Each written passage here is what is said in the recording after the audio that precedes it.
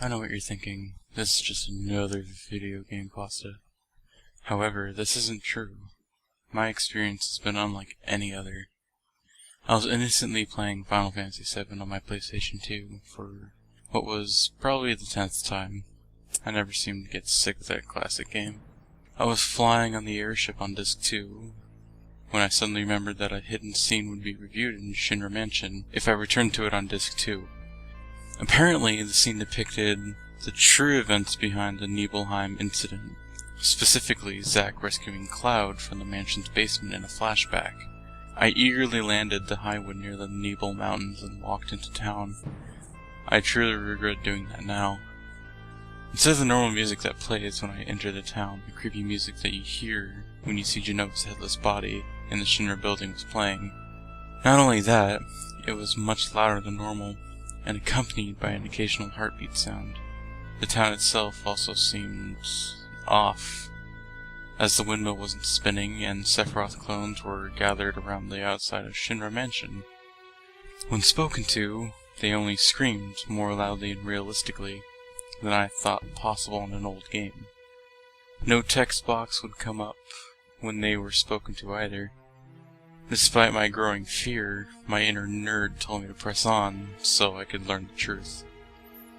The interior of the mansion looked far worse than it should have.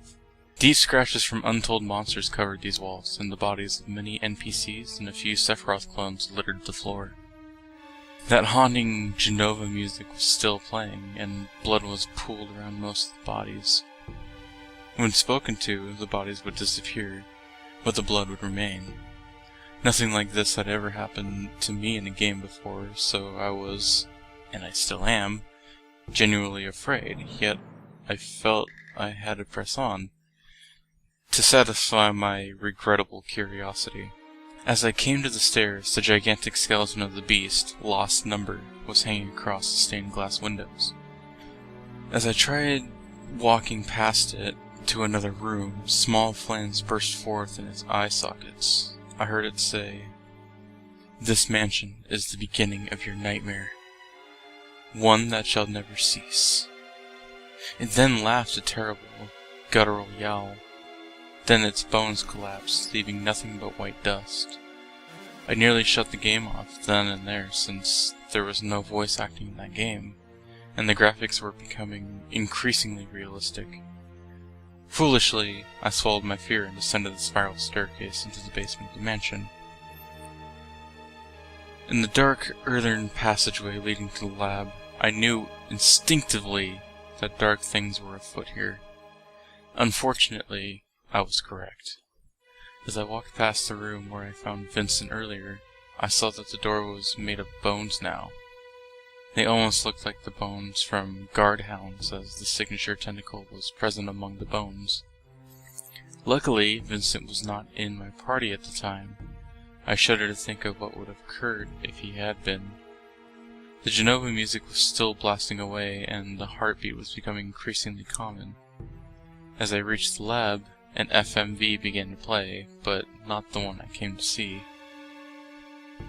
It showed Hojo in FMV form, performing a terrible experiment of some sort.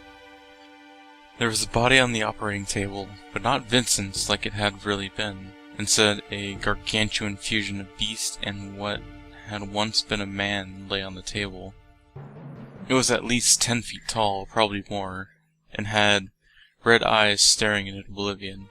Its mouth was open in a snarl, revealing long, yellowed fangs. It also appeared to have fur, large, thick, black furred arms, all lying in different directions. Words appeared on the bottom of the screen in blood red, showing that Hojo was talking to himself. His next quotes are paraphrased, as I do not remember them exactly. He said, "That wretched Lost Number was a miserable failure. But that, of course, is due to the use of inferior specimens. If only that ancient girl hadn't escaped along with Red 13. No matter. When this is finished, the world will know true terror and fall under my absolute dominion." He then laughed, in that terrible nasally voice of his, and stick some type of pitch dark materia in the beast's chest. But I can tell it's not the black materia. The materia begins to glow blood red, and the operating wounds close on the beast. The FMV ends, and Hojo turns around to see the party. I nearly jumped out of my skin when he started talking out loud.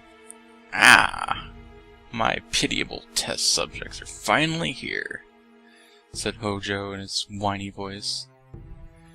"Your bodies will yield valuable data for Darkstrider. It's finished with you," continues Hojo out loud. Finally, he said, "And now, Cloud, you shall learn the true, fell power of the dark." At this instant, the basement became very dark, and Hojo disappeared from view. I saw 2 adjacent red orbs come into view before vanishing into black mist. At this moment, I was absolutely terrified, and I made Cloud run for the stairs as fast as he could go. But he seemed to be in slow motion.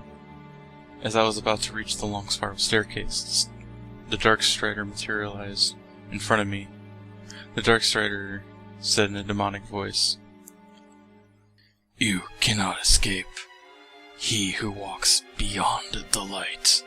He then rushed toward Cloud, and a battle ensued. Unfortunately, I continued to watch. A twisted, evil version of the boss battle theme started playing. Instead of the normal faces on the party, they all had the look of terrible fear on their faces that I had never seen before. The Darkstrider says, "You cannot perish here, Cloud. Join my legion of the undead and suffer eternally." He then breathed a dark miasma of gases upon Cloud. It did 9,999 damage to him, but he didn't die. His face took on a skeletal look, and parts of his body crumbled away to reveal 2 detailed organs, including a still pulsating heart. Cloud immediately attacked Barrett and Tifa, who simply died, albeit with blood-curdling screams and moans. As Cloud slices them with his sword, he too dies normally, but their bodies disappear in the dark mist and do not reappear. Cloud's large sword also has copious amounts of blood on it, as well as looking sharper than normal. The battle ends, but the victory music doesn't play, and Cloud doesn't do his victory pose. When the screen returns to normal, the Darkstrider begins to approach zombie Cloud.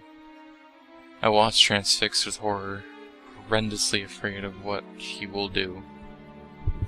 That's when something completely unexpected happened. A somewhat realistic version of Genova's synthesis flew down the stairs and tackled the Darkstrider. I was so shocked I dropped the controller, and zombie Cloud moved on his own and left the mansion without issue, while Genova and the Darkstrider were duking it out. However, just before zombie Cloud left Nibelheim, Genova's synthesis came out of the mansion and devoured Cloud's still beating heart. Cloud immediately collapsed and the screen went black. I was dearly wishing for the game to end at this point, but I received something far worse. Instead of the game over screen, my eyes are met with a seemingly post-apocalyptic world in FMV format. Midgard lies in ruins, with terrible beasts twisted by Mako roam the charred husk of the former city. All 5 weapons roam the world, each taking its own territory and fighting others to defend it. Far different than their original intention. Diamond Weapon rules the eastern continent, Ruby Weapon, western continent, and Ultima Weapon, the northern continent. Emerald Weapon and Sapphire Weapon rule the seas. All bear terrible battle scars, and their bodies partially bloodstained. Oddly, the heads of some important characters appear to be impaled to the spikes, including Sid, Rufus, and Sen, all eyeless and scarred. I wanted to look away and leave long before, but some unseen force seemed to glue me to the chair. Also, Sephiroth is shown crystallized in Mako at the northern crater, with Genova nearby. Finally, what appears to be the spirit of the Darkstrider appears near the ruins of Nibelheim. but only at night. Lastly, a view of the planet is shown with the words, "The world fell into ruin, and now you shall perish with it." Then there is nothing but static accompanied by screams. I immediately unplugged the PS2 and ran to my room to escape the nightmarish ordeal. I haven't been able to turn on the game since then, nor have I ever figured out what caused the strange happenings. All I know is that 2 red orbs will spontaneously appear in the darkness every once in a while, before disappearing a few seconds later. In fact, I think they're watching me right now.